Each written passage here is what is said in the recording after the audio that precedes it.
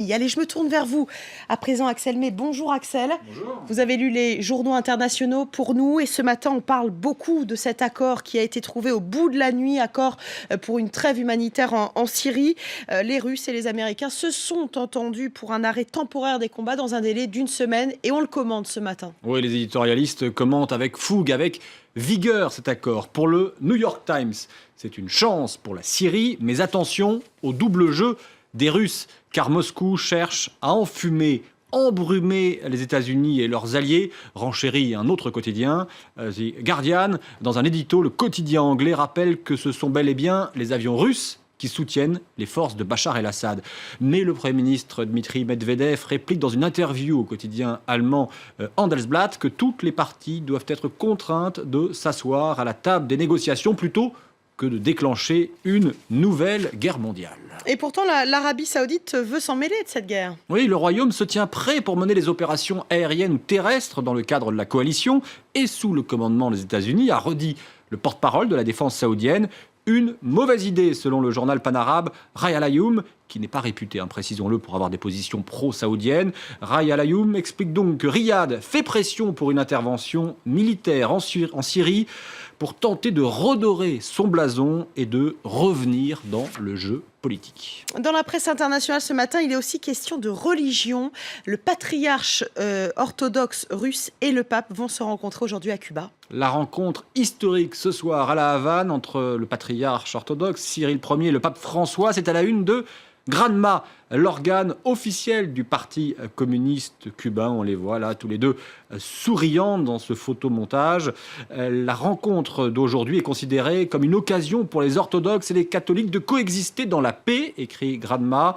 Cuba est fier d'être choisi comme lieu de cette rencontre historique, poursuit le journal cubain. Ce qui est frappant, c'est qu'un autre organe de presse officiel, l'Osservatore Romano, qui est donc, comme son nom l'indique, l'Observatoire du Vatican, ne traite cette rencontre qu'en dernière page ce matin.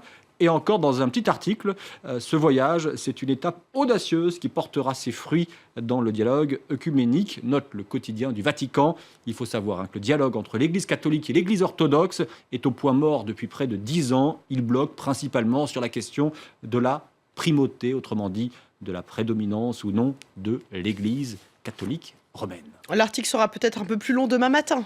Imaginons. On part maintenant en Afrique du Sud, Axel, où le président Zuma est la cible de toutes les critiques.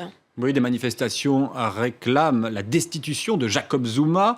Elles ont lieu dans les rues, ces manifestations, mais aussi à l'Assemblée. C'était la rentrée parlementaire en Afrique du Sud. L'opposition veut destituer Zuma et la justice l'accuse d'abus de biens sociaux. Pour le principal quotidien en afrikaner que vous avez à l'image, Zupta Mutval, Zuma doit tomber, alors que la Cour constitutionnelle examine depuis quelques jours, depuis mardi, la rénovation de sa résidence privée avec des fonds publics. Allez, quittons la Terre, direction l'hyperespace avec la théorie de la relativité qui est confirmée. On vous en a déjà parlé dans cette revue de presse.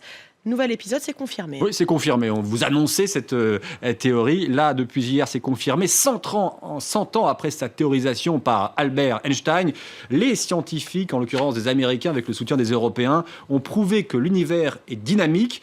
Ils ont pour la première fois, je ne suis pas sûr que ce soit tout à fait si voilà, vous avez l'article qui vous explique que pour la première fois des ondulations de l'espace-temps ont été observées, c'est ce qu'on appelle les ondes gravitationnelles, et elles ont été produites par la collision de deux trous noirs.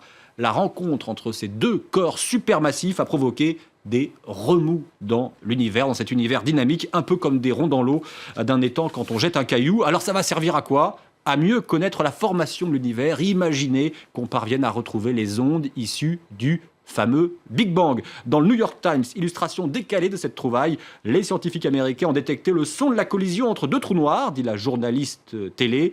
Et le mari qui regarde la télévision explique à sa femme « Non, il ne s'agit pas des primaires républicaines qui sont aussi explosive qu'un choc intersidéral. Juste pour finir, cette information dans Spoutnik, qui est l'ancienne voix de la Russie, que je regardais, vous savez, à propos des accords russo-américains, eh bien j'ai appris que l'acteur belge Matthias Schoenaerts participerait aux auditions pour le rôle de Poutine dans un film biographique. Et c'est vrai que la ressemblance est frappante. Cela dit, il semblerait que Leonardo DiCaprio tienne la corde pour incarner le rôle de Poutine. Ah, c'est dommage parce qu'effectivement, là, c'est carrément une grande ressemblance. Merci beaucoup, Axel May, pour cette revue de presse internationale à retrouver bien sûr sur notre site france24.com.